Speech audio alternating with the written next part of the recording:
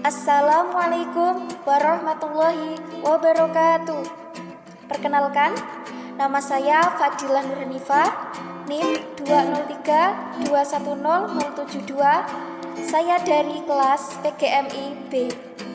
Di sini saya akan mempresentasikan materi mata kuliah studi hadis selama 1 semester ini. Bismillahirrahmanirrahim. Man hifdillahi aliyan ummati arba'ina hadithan min amara ba'dillahi yaumal qiyamati fi zumratil fuqaha'i wal ulama'i. Yang artinya, barang siapa yang hafal 40 hadis tentang suatu hal umatku, maka Allah akan membangkitkan pada hari kiamat di antara ahli fikih dan para ulama. Materi yang pertama tentang bentuk-bentuk hadis yang merupakan segala perkataan, perbuatan, dan pernyataan Nabi Muhammad SAW. Bentuk-bentuk hadis seperti hadis qauli, perkataan, hadis fi'li, perbuatan, takrir, ketetapan, hammi, keinginan, ahwali, hal ihwal. Berikut ini adalah penjelasan lengkap beserta contoh dari bentuk-bentuk hadis sebagai berikut. Yang pertama, hadis qauli.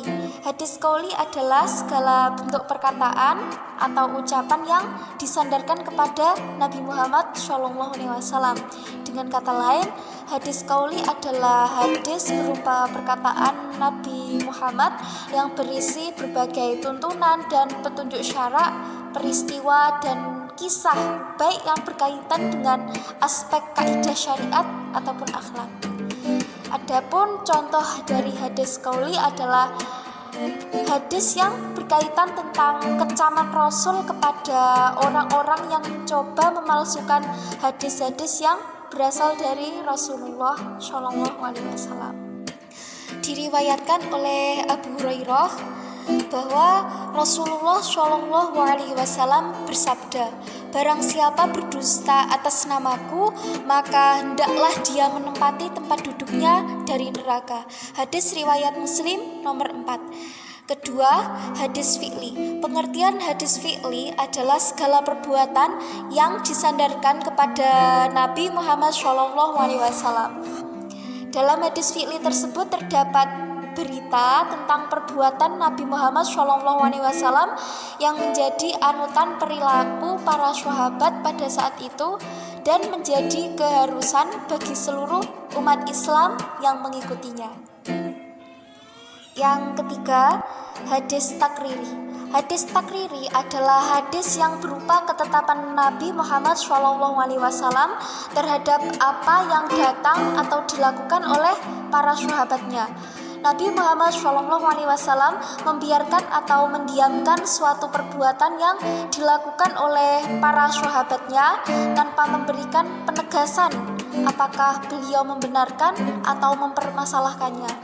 Sikap Nabi yang demikian tersebut dijadikan dasar oleh para sahabat sebagai dalil takriri yang dapat dijadikan hujah atau memiliki kekuatan hukum untuk menetapkan suatu kepastian syarak. Lanjut ke materi yang berikutnya tentang sejarah perkembangan hadis. Ada beberapa periode untuk menggambarkan perjalanan hadis hingga pembukuannya, yaitu periode pertama saat turunnya wahyu dan pembentukan hukum dan dasar-dasarnya dari permulaan kenabian hingga beliau Rasulullah wafat pada tahun 11 Hijriah. Periode kedua, hadis di masa Khulafaur Rasyidin yang dikenal dengan masa pembatasan riwayat. Di periode ketiga, masa perkembangan riwayat atau masa sahabat kecil dan tabi'in besar. Periode keempat, masa pembukuan hadis, yaitu masa di mana permulaan abad kedua Hijriah. Periode kelima, masa pentashian dan penyaringan, yaitu awal abad ketiga. Dan masa periode keenam, masa memilah kitab-kitab hadis dan menyusun kitab-kitab jami, yaitu nama istilah kitab hadis yang masih bercampur antara hadis sahih, hasan, dhaif ataupun maudhu, yang khusus awal abad ke-6 sampai tahun 656 Hijriah. Periode ketujuh, masa membuat syarah, yaitu kitab takhrij, pengumpulan hadis-hadis hukum, dan membuat kitab jami' yang umum. Materi berikutnya tentang mustalah hadis. Mustalah hadis adalah ilmu yang menjadi alat untuk mengetahui kondisi seseorang periwayat dan hadis yang diriwayatkan dari sisi diterima atau ditolak. Dan lanjut ke materi yang berikutnya, yang dimaksud kodifikasi adalah mengumpulkan atau menghimpun atau membukukan, yakni mengumpulkan dan menerbitkannya. Adapun yang dimaksud dengan kodifikasi hadis adalah menghimpun catatan-catatan hadis Nabi dalam satu mushaf.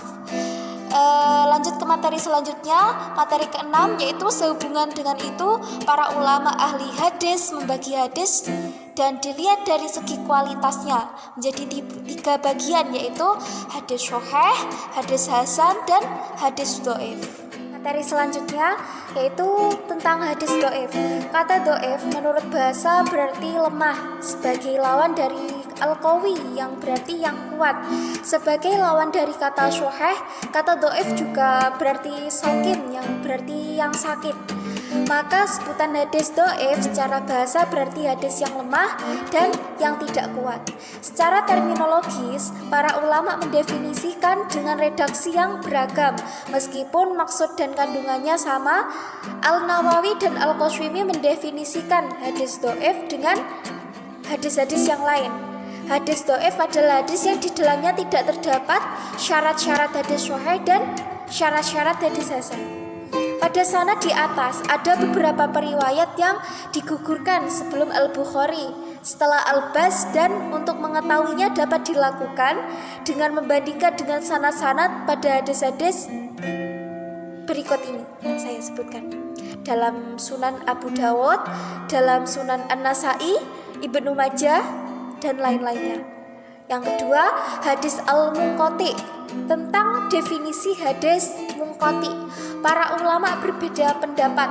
Berikut dikemukakan beberapa definisi hadis munqati, yaitu hadis munqati adalah hadis yang sanadnya terputus-putus di bagian mana saja, baik pada sanad yang akhir atau periwayatan yang pertama, maupun bukan sahabat, yaitu selain periwayat yang pertama maksudnya.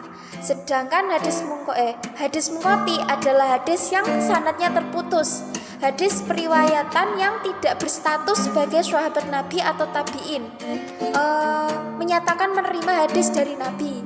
Sanad hadis terputus pada peringkat sahabat dan tabi'in. Hadis munqati adalah hadis yang bagian sanadnya sebelum sahabat, yaitu periwayat sesudahnya hilang atau tidak jelas orangnya. Hadis munqati adalah hadis yang dalam sanadnya ada periwayatan yang gugur seseorang atau 2 orang tidak secara berurutan. Materi ke-12 tentang ingkar as-sunnah dalam hadis. Ingkar sunnah adalah sekelompok umat manusia yang tidak menerima atau tidak mempercayai sunnah hadis sebagai dasar Islam kedua setelah Al-Quran. Kelompok ini dibagi menjadi beberapa bagian. Yang pertama, mengingkari hadis secara keseluruhan. Kedua, mengingkari sunnah kecuali hadis itu mempunyai kesamaan dengan Al-Quran. Dan yang ketiga, mengingkari hadis yang berkualitas ahad namun menerima hadis yang berstatus mutawatir. Ketiga golongan ingkar sunnah ini yang paling ekstrim adalah golongan pertama, karena golongan pertama ini menolak semua hadis dan tidak mempercayai hadis. Jika kita analisis golongan pertama yang tidak mempercayai hadis secara keseluruhan, berarti tidak mempercayai adanya Allah juga, karena Rasul adalah utusan Allah dan sudah jelas tertulis dalam Al-Quran. Jika tidak percaya dengan Rasul, berarti juga tidak percaya dengan adanya Allah Subhanahu wa Ta'ala. Sekian pembahasan tentang materi studi hadis selama 1 semester ini. Saya Fadila Nurhanifah. Apabila ada banyak salah kata, saya mohon maaf yang setulus-tulusnya. Akhirul qouli hada wal 'afu minkum. Wassalamualaikum warahmatullahi wabarakatuh.